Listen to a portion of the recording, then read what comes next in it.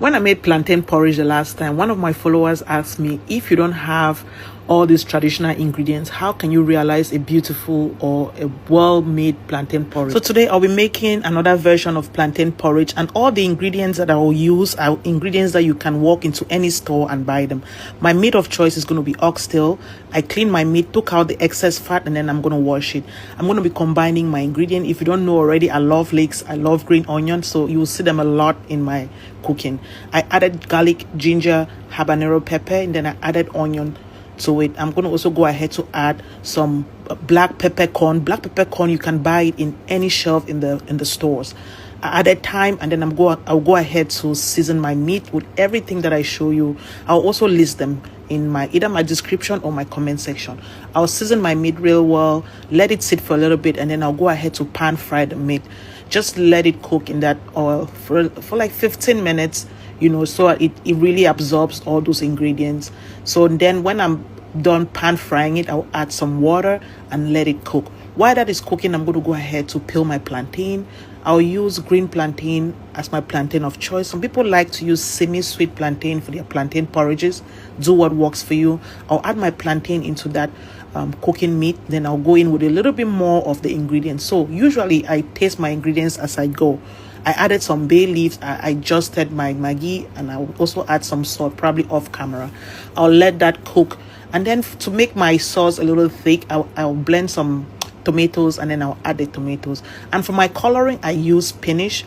So spinach is going to give it some color, because as I said, everything is going to be store-bought ingredients. I use spinach for my coloring. Then I'll also go ahead to top it with a little bit more of vegetable oil and let it cook.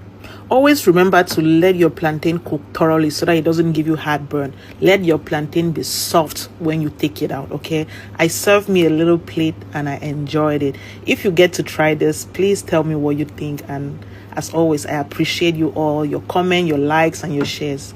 Thank you so much, and have an amazing weekend. Bye-bye.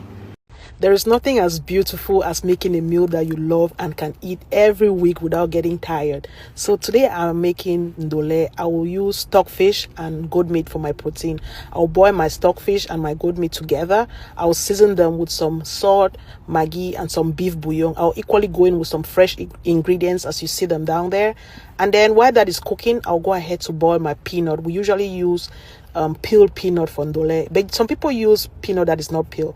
I'll boil my peanut, strain it, and wash it off.